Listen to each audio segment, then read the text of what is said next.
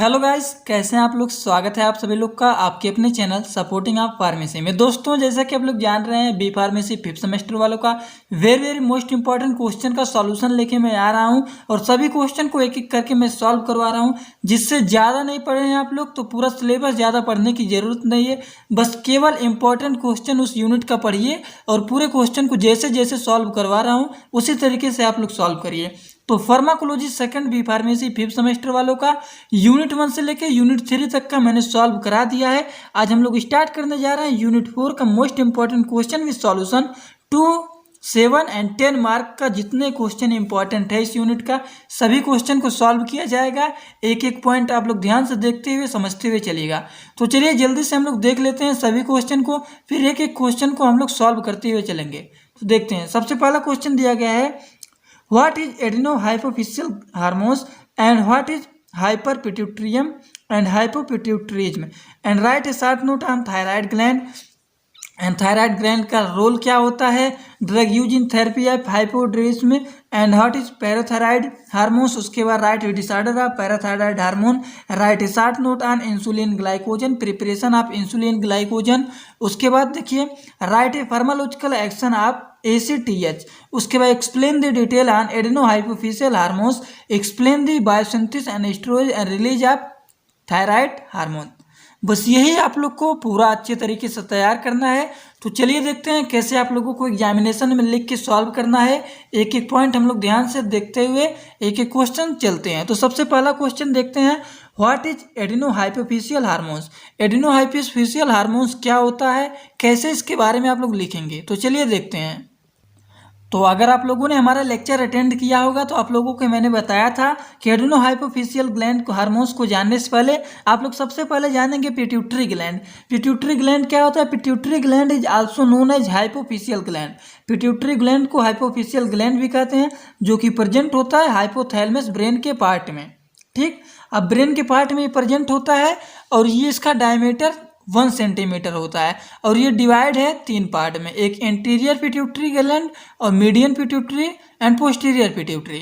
ठीक, तो अब anterior pituitary, median pituitary, posterior pituitary क्या होता है इसके बारे में मैंने लेक्चर बता दिया है, लेकिन पूछा है कि एडेनोहाइपोफिशियल हार्मोन्स क्या होता है। ठीक, ये घुमा के क्वेश्चन पूछा गया है। तो मैंने आप लोगों को यहाँ पे बताया था कि anterior pituitary hormones is also known as adenohypophyseal pituitary hormones या फिर एडेनोहाइपोफिशियल पिट्यूटरी ग्लैंड भी आप लोग कह सकते हैं। तो यही होता है anterior pituitary gland is also known as adenohypophyseal pituitary.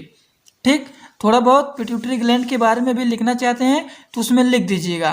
ठीक, और ये भी जान लीजिए 3 टाइप का होता है, anterior pituitary, medium pituitary and posterior pituitary. I hope सभी लोग को ये क्वेश्चन का भी आंसर पता चल गया होगा।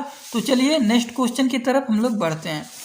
नेक्स्ट क्वेश्चन क्या है, नेक्स्ट क्वेश्चन हम लोग का है, right is what is hyper pituitarism and hypopituitarism. ठीक, तो कंफ्यूज मत होइएगा, हाइपर पिट्यूटरिज्म क्या होता है एंड पिट्यूटरिज्म क्या होता है। तो इसके बारे में मैंने आप लोगों को लेक्चर में भी बताया था कि क्या होता है। तो सबसे पहले हाइपर का जानेंगे, हाइपर पिट्यूटरिज्म क्या होता है। तो when the secretion of hormones, जब हार्मोन्स का सिक्रेशन होता है, became excess from the pituitary gland, this is called hyper pituitarism. ठीक, एग्जाम्पल यहाँ पे दिया गया है, एग्जाम्पल भी लिखना चाहते हैं तो एग्जाम्पल भी आप लोग लिख सकते हैं। उसके बाद दूसरा हम लोग को जानना है कि हाइपोपिट्यूटरिज्म क्या होता है। तो इसमें क्या होता है, व्हेन दी हार्मोन सिक्रेशन, जब हार्मोन्स का सिक्रेशन होता है पिट्यूटरी ग्लैंड से तो बीकेम लेस या फिर हाइपो मीन्स होता है कम, hypo in nature, this is called hypopituitarism. Example यहाँ पे दिया गया है, एग्जाम्पल भी अगर पूछ रहा है क्वेश्चन में तो एग्जाम्पल भी लिख दीजिएगा। अगर 2 नंबर में केवल हाइपो एंड हाइपर का पूछ रहा है तो बस इसके बारे में थोड़ा थोड़ा आप लोग लिख दीजिएगा। कम से कम इतना जान लीजिए कि हाइपो मीन्स होता है कम, हाइपर मीन्स होता है ज़्यादा। जैसे आप लोग पढ़े होंगे हाइपरटेंशन, तो हाइपरटेंशन जब बीपी बढ़ जाता है उसे हम लोग कहते हैं हाइपरटेंशन। तो हाइपर मीन्स होता है ज़्यादा एंड हाइपो मीन्स होता है कम, इतना समझ लेंगे तो इसके बारे में खुद आप लोग बना के लिख सकते हैं। ठीक, आई होप सभी लोग को ये समझ में आ गया होगा। तो चलिए नेक्स्ट क्वेश्चन की तरफ हम लोग बढ़ते हैं। नेक्स्ट क्वेश्चन है, write a short note on thyroid gland क्या होता है, इसके बारे में थोड़ा बहुत आप लोग को लिखना है। तो चलिए देखते हैं थायराइड ग्लैंड क्या होता है। तो थायराइड ग्लैंड क्या होता है, इन द ट्रैकिया, ये ह्यूमन के ट्रैकिया के दोनों साइड में प्रेजेंट होते हैं लोब, उसी को हम लोग कहते हैं थायराइड ग्लैंड। अब थोड़ा सा स्ट्रक्चर देखिए तभी आप लोग समझ पाएंगे, लेक्चर अटेंड शायद नहीं किए होंगे तो कैसे समझ में आएगा। लेकिन देखिए ट्रैकिया के दोनों तरफ जो यहाँ पे लोब हैं, ये लोब हैं, दोनों तरफ जो यहाँ पे लगे हुए हैं ये बड़े बड़े, ये लोब्स हैं, और यही दोनों लोब को हम लोग कहते हैं थायराइड ग्लैंड। और ये जो है थायराइड ग्लैंड के जो चारों कॉर्नर पे, चारों कोने पर लगा हुआ है छोटा छोटा, इसे हम लोग कहते हैं पैराथायराइड ग्लैंड, जो कि आप लोग का थायराइड ग्लैंड के अगले वाला चैप्टर वही है पैराथायराइड ग्लैंड। ठीक, तो थायराइड ग्लैंड में क्या लिखेंगे आप लोग, देखिए इन दी ट्रैकिया में, ह्यूमन की ट्रैकिया में बोथ साइड, दोनों साइड 2 लोब्स आर प्रेजेंट, दोनों साइड में 2 लोब्स प्रेजेंट होते हैं, basically they are called thyroid gland and it was discovered, इसे वार्टन ने किया था डिस्कवर, कितने में, 1656 में इन्होंने डिस्कवर किया था। तो बस थायराइड ग्लैंड के बारे में इतना लिख दीजिएगा। स्ट्रक्चर अगर आप लोग को तैयार है तो स्ट्रक्चर भी बना के आप लोग समझा सकते हैं। ठीक, अगर आप लोग को ये क्वेश्चन समझ में आ गया हो तो समझिए, नहीं तो वीडियो को थोड़ा सा पीछे करके एक बार फिर से समझने की कोशिश करिएगा। तो चलिए नेक्स्ट क्वेश्चन की बात करते हैं हम लोगों ने देख लिया है कि क्या होता है थायराइड ग्लैंड, इसके बारे में 60 नोट हम लोगों ने बात कर लिया। बात करते हैं थायराइड ग्लैंड का रोल क्या होता है, role of thyroid gland, right the role of thyroid gland. तो चलिए देखते हैं रोल क्या होता है थायराइड ग्लैंड का। तो सभी लोग हेडिंग डालेंगे रोल ऑफ थायराइड ग्लैंड। क्या होता है, thyroid gland play 2 major role of human body, they have in the growth and development of the body and it also control the mental health of any human and the need of जोंडेन very necessary for the protection of thyroid hormones in our body. इसके बारे में भी theory लिखना चाहते हैं तो लिख सकते हैं, लेकिन रोल में ये भी आप लोग लिख सकते हैं, मोनोआइडो थायरॉक्सिन, डाईआइडोथायरॉक्सिन एंड ट्राईआइडोथायरॉक्सिन एंड टेट्राआइडोथायरॉक्सिन। समझ में आ रहा है आप लोग को, कैसे यहाँ पे मोनो है, कैसे यहाँ पे डाई है। डाईआइडो, मोनोआइडो मीन्स 1 आई यहाँ पे प्रेजेंट है, इसे मोनोआइडोथायरॉक्सिन, 2 आई यहाँ पे प्रेजेंट है तो इसे हम लोग कहते हैं डाईआइडोथायरॉक्सिन। कुछ चेंजिंग यहाँ पे ज़्यादा कुछ है नहीं, बस आई का यहाँ पे जो लगा हुआ है आइडो, इसी का बस इसी वजह से नाम का चेंजिंग हो रहा है। 1 है तो मोनोआइडोथायरॉक्सिन, 2 है तो डाईआइडोथायरॉक्सिन, 3 है 1 2 3, 3 है तो ट्राईआइडोथायरॉक्सिन, और यहाँ पे 4 है 1 2 3 4, यहाँ पे 2 बेंजीन रिंग बने हुए हैं तो यहाँ पे लगेगा टेट्राआइडोथायरॉक्सिन। आई होप सभी लोग को समझ में आ गया होगा रोल ऑफ थायराइड ग्लैंड। लिखना चाहते हैं तो थ्योरी भी लिख सकते हैं, लेकिन इसको स्ट्रक्चर भी बना के दर्शा सकते हैं, ये भी सही है आप लोग के लिए। तो आप लोग समझ गए थायराइड ग्लैंड का रोल क्या होता है। आगे हम लोग बात करने जा रहे हैं क्वेश्चन 5 का, drug use in the therapy of hyperthyroidism. क्या होता है, कौन सा ड्रग यूज किया जाता है, थेरेपी थोड़ा सा देख लेते हैं हम लोग। तो देखिए क्वेश्चन है ये ना, drug use in the therapy of hypothyroidism, तो कैसे इसको कंट्रोल किया जा सकता है, इसके बारे में आप लोग कौन कौन से ड्रग यूज किए जाते हैं इसके बारे में आप लोग को लिखना है। देखिए ये जो होता है ना, radio active iodine, anti thyroid drug, ये सब ड्रग जो होते हैं यूज किए जाते हैं हाइपोथायरॉयडिज्म में। ये बॉडी में आयोडीन के कंसंट्रेशन को मेंटेन करेगा, बट थायराइड हार्मोन्स के सिक्रेशन को ये डाउन कर देता है, जिससे हम हाइपोथायरॉयडिज्म को कंट्रोल कर सकते हैं। इसके लिए यहाँ पे सभी में दिए गए हैं ड्रग्स। इसके बारे में आप लोग अगर एक 2 लाइन लिखना चाहते हैं तो लिख भी सकते हैं ये क्वेश्चन, क्योंकि 7 नंबर में भी बहुत बार पूछा गया है। ठीक, तो इसके बारे में 2 3 लाइन लिखना चाहते हैं तो यहाँ पे लिखा गया है, आप लोग इसको देख के लिख सकते हैं। ठीक, चलिए आगे भी दिखा देते हैं। हम लोगों ने फर्स्ट सेकंड देख लिया है और 3-4 और हैं CDE, उसको भी देख लेते हैं। और तीनों यहाँ पे दिए गए हैं, पॉलीड्रिक फिनाल, आयनिक इनहिबिटर, मिसलेनियस एजेंट में 2 एजेंट होते हैं, लिथियम कार्बोनेट एंड एड्रेजेनिक ब्लॉकर। इसके बारे में भी आप लोग लिख लेना, वीडियो को रोक करके अगर लिखना चाहते हैं।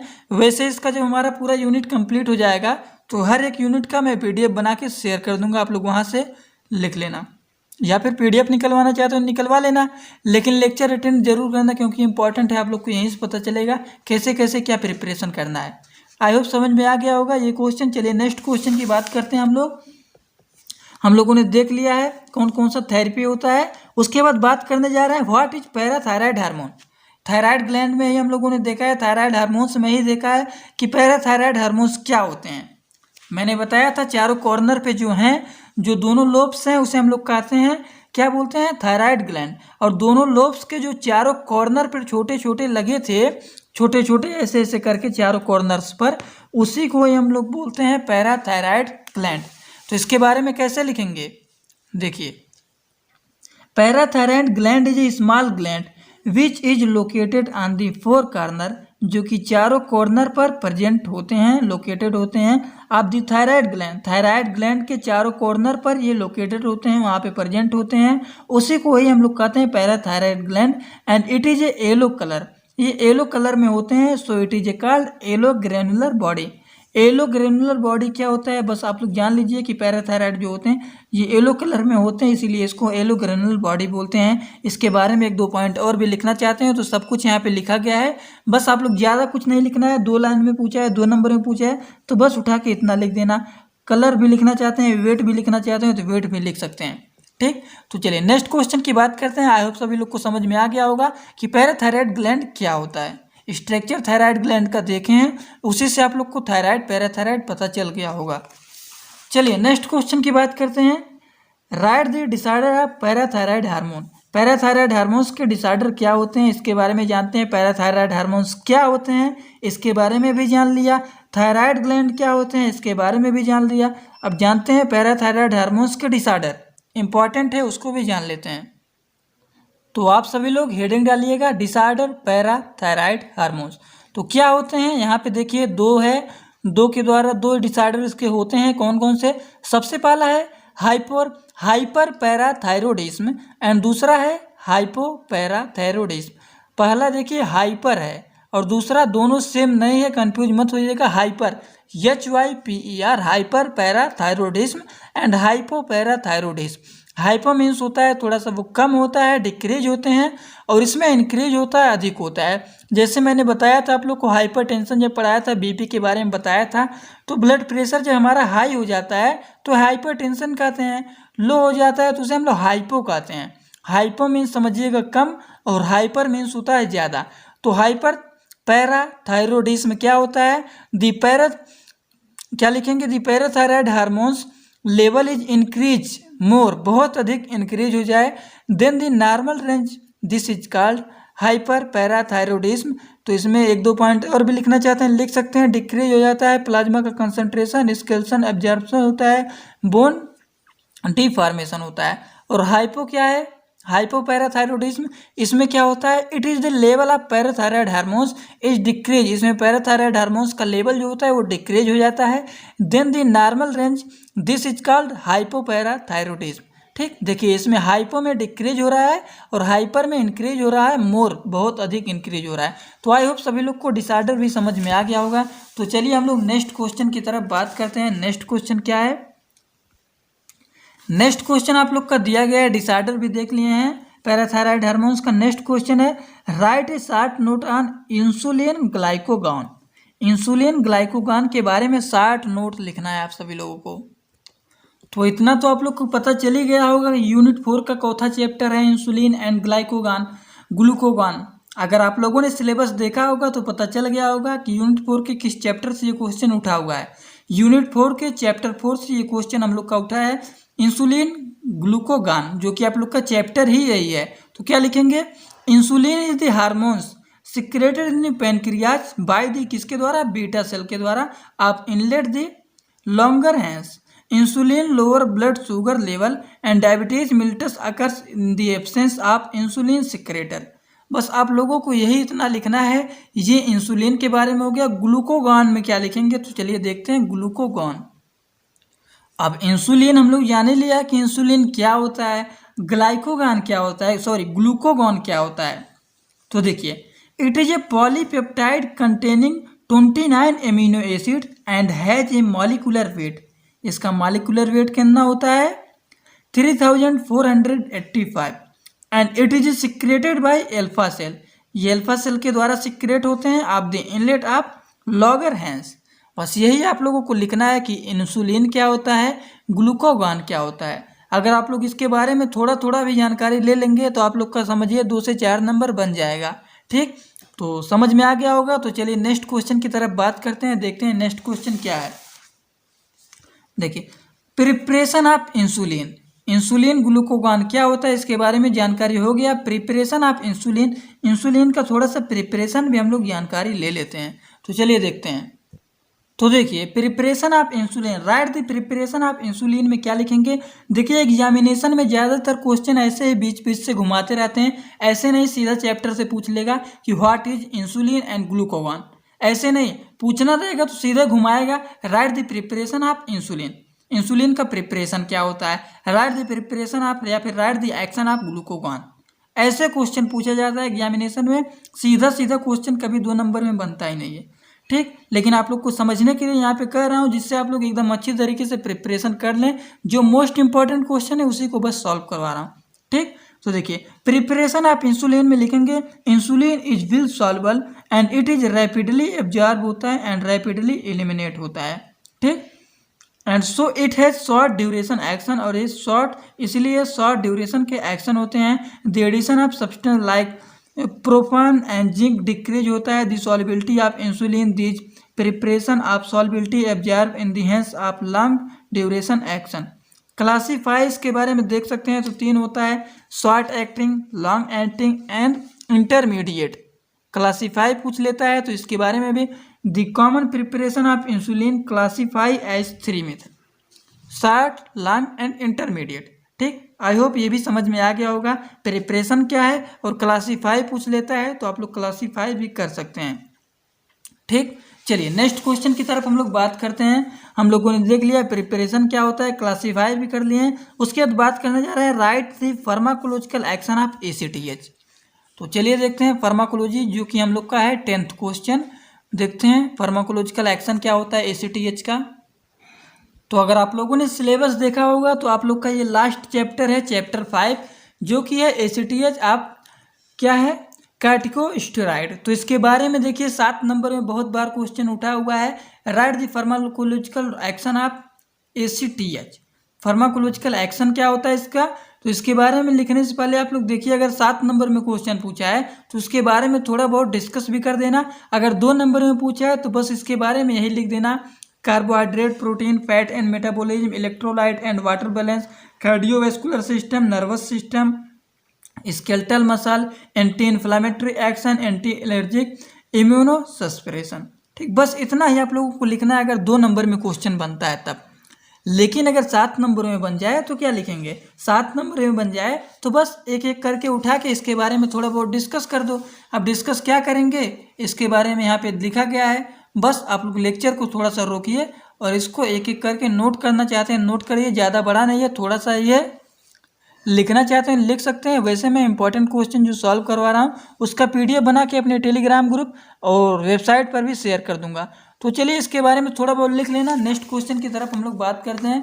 नेक्स्ट क्वेश्चन क्या है, देखिए, explain detail of adeno hypophyseal hormones. Explain पूरा डिटेल करना है एडिनो हाइपोफिशियल हार्मोन्स का। तो चलिए देख लेते हैं एडिनो हाइपोफिशियल हार्मोन्स क्या होते हैं, इसके बारे में पूरा डिटेल लिखना है।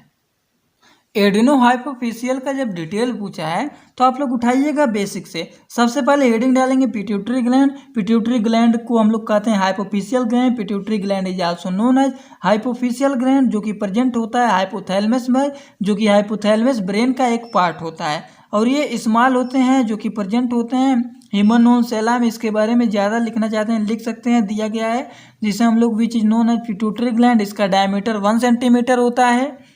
उसके बाद ये 4 पार्ट में डिवाइड किए गए हैं, anterior pituitary, median pituitary and posterior pituitary, ठीक। एंटीरियर पिट्यूटरी को हम लोग कहते हैं एडिनो हाइपोफिशियल ग्लैंड, जो कि हम लोग इसी चैप्टर को पढ़ रहे हैं, जो कि इसके बारे में ही डिटेल लिखना है। अब मीडियन पिट्यूटरी ग्लैंड को हम लोग कहते हैं मिसेन हाइपोथैलेमस। पोस्टीरियर पिट्यूटरी ग्लैंड को कहते हैं न्यूरो हाइपोफिशियल पिट्यूटरी। बस इसके बारे में एक एक लाइन यहाँ पे दिया गया है, बस आप लोग इसको नोट कर लेना।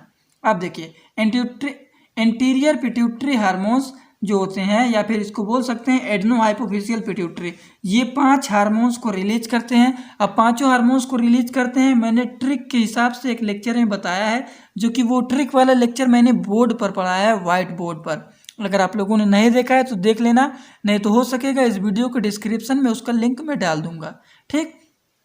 बस इसके बारे में थोड़ा बहुत जो दिया गया है बस इसके बारे में नोट कर लेना। तो इसका थोड़ा सा कंट्रोल भी जान लीजिए आप लोग। Hypothalamus control adeno hypophysis. तो because pituitary gland control the release of hormones different gland, so they are called master gland. Pituitary gland जो होते हैं उसको मास्टर ग्लैंड भी कहा जाता है, क्योंकि ये ढेर सारे ऐसे हार्मोन्स को निकालते हैं जो अलग अलग ग्लैंड को कंट्रोल करते हैं। ठीक, but control the pituitary gland hormones is regulated by the hypothalamus, so hypothalamus is also known as master of master gland। इसीलिए इसको master of master gland भी कहा जाता है, because hypothalamus secrete two types of hormones। इसीलिए जो होते हैं, क्योंकि ये हाइपोथैलेमस जो होते हैं ये सिक्रेट करते हैं दो टाइप के हार्मोन्स को इन दी सेम ग्लैंड। कौन कौन से होते हैं? स्टिमुलेटरी एंड इनहिबिटरी, ये होता है। थोड़ा सा हम लोग जान लेते हैं फार्माकोलॉजिकल डिसऑर्डर ऑफ एडिनोहाइपोफिसिया। तो इसमें ये भी लिख लीजिएगा, पैथोलॉजिकल डिसऑर्डर ऑफ एडिनोहाइपोफिसिया। तो इसमें क्या लिखेंगे? The pathological disease appears of body when the hormone secretion is hyper, या फिर बिकम हाइपो। हाइपर मीन्स होता है ज़्यादा, हाइपो मीन्स होता है कम। On the basis of hypothalamus hormones is divided into two category. कौन कौन से दो कैटेगरी हैं? Tropic hormones and non tropic hormones. इसके बारे में थोड़ा बहुत आप लोग लिख लीजिएगा, जो कि यहाँ पे लिखा गया है। ठीक, बस ज़्यादा कुछ लिखने की ज़रूरत नहीं है। आई होप सभी लोग को ये क्वेश्चन भी समझ में आ गया होगा। तो चलिए अब हम लोग बात करते हैं नेक्स्ट क्वेश्चन की। Explain biosynthesis, storage and release of thyroid hormones. इसके बारे में पूरा एक्सप्लेन करना है। तो चलिए देखते हैं ये क्वेश्चन का आंसर क्या होगा। तो देखिए, biosynthesis, storage and release of thyroid hormones में सबसे पहले लिखेंगे biosynthesis of thyroid hormones take place inside the thyroglobulin of thyroid gland and it is involve following 4 step. 4 step में इन्वॉल्व होते हैं, जो कि यहाँ पे चारों स्टेप दिए गए हैं। तो एक एक स्टेप के बारे में थोड़ा थोड़ा करके लिख देंगे तो अच्छा रहेगा। सबसे पहले आप लोग हेडिंग डालेंगे iodine Uptake by the thyroid gland. इसके बारे में भी थोड़ा बहुत लिख देंगे, जितना आप लोग लिखना चाहते हैं। लेकिन ये चारों नेम याद रहेगा, चारों स्टेप इसके याद रहेंगे, तभी इसके बारे में आप लोग लिखेंगे। ठीक, इतना लिखने के बाद दूसरा हेडिंग डालेंगे आप लोग। दूसरा हेडिंग डालेंगे oxidation of iodine and iodination of thyroxyl group. तो इसमें क्या लिखेंगे? The enzyme thyroperoxidase which is present होता है inside the thyroglobulin, it is the help of the oxidation and cleavage of the iodine molecule and their enzyme I2 iodine molecule is breaks into the iodo groups. Iodo groups में ये break होते हैं, टूटते हैं। बस इसके बारे में यहाँ पे मैंने बताया भी था लेक्चर में, वो सब यहाँ पे लिखा गया है, देख लीजिए, जो कि यहाँ पे हो रहे हैं, ब्रेक हो रहे हैं और क्या क्या बन रहे हैं। और तीसरा हेडिंग डालेंगे उसके बाद oxidative coupling of iodotyrosyl to form T3 and T4। इसके बारे में भी यहाँ पे लिखा गया है। बस आप लोग लेक्चर को रोकिए, आराम से थोड़ा बहुत पढ़िए, समझिए, उसके बाद आगे बढ़िए। तो चलिए देख लेते हैं रिलीज ऑफ थायराइड हार्मोन्स। तो क्या लिखेंगे इसमें? The release of thyroid hormones is basically controlled by the hormone TSH and क्या लिखेंगे? विच इज रिलीज, जो कि रिलीज करता है फ्रॉम द एंटीरियर। TSH का फुल फॉर्म क्या होता है आप लोग को पता है? Thyroid stimulatory hormones. ठीक, TSH का फुल फॉर्म यही है, थायराइड स्टिमुलेटरी हार्मोन्स, जो कि रिलीज करता है कहाँ से? Anterior pituitary of the pituitary gland, but they also control by the self method and it is the basic thyroglobulin. Lysosome cell are present होते हैं कहाँ पे? And lysosome cell are release enzyme endopeptidase and when the enzyme endopeptidase is released, the thyroglobulin surface is ruptured, then the hormones T3 and T4 is released। देखिए, जो कि यहाँ पे बना हुआ है स्ट्रक्चर, ये भी रैप्चर्ड होते हैं तो धीरे धीरे करके ये बाहर रिलीज हो जाते हैं। ठीक, यही पूरा का पूरा है रिलीज। इसके बारे में स्ट्रक्चर और बना के दर्शा दीजिएगा। तो देखिए, सभी लोग एक बार इस क्वेश्चन को लीजिए स्क्रीनशॉट, और लेक्चर समझ में आ गया हो तो क्या करना है आप लोगों को? मैंने पिछले वाले लेक्चर में क्या बताया था, ये स्ट्रक्चर आप लोग जरूर बना लेना, जो कि मैं आप लोगों को बताने जा रहा हूँ। जहाँ पे आप लोग जिस रफ में पढ़ रहे हैं, अगर ये लेक्चर आप लोगों को पसंद आ गया हो, मोस्ट इंपॉर्टेंट क्वेश्चन को एकदम अच्छी तरीके से इस यूनिट को सॉल्व कर लिए हो, तो बस क्या करना है आप लोगों को? कंप्लीटेड लिखने के बाद ये स्ट्रक्चर बना लेना है, एकदम फुली स्माइली वाला, कि इस यूनिट में आप लोग का पार हो गया। ठीक, एकदम अच्छे तरह से स्माइल करने के साथ अब उस यूनिट को कंप्लीट लिख के नेक्स्ट यूनिट को पीछे आप लोग पढ़िए। यूनिट 5 का लेक्चर बहुत जल्द आप लोग का मिल जाएगा। तो चलिए, thanks for watching my video. Like, comment, share and subscribe this channel.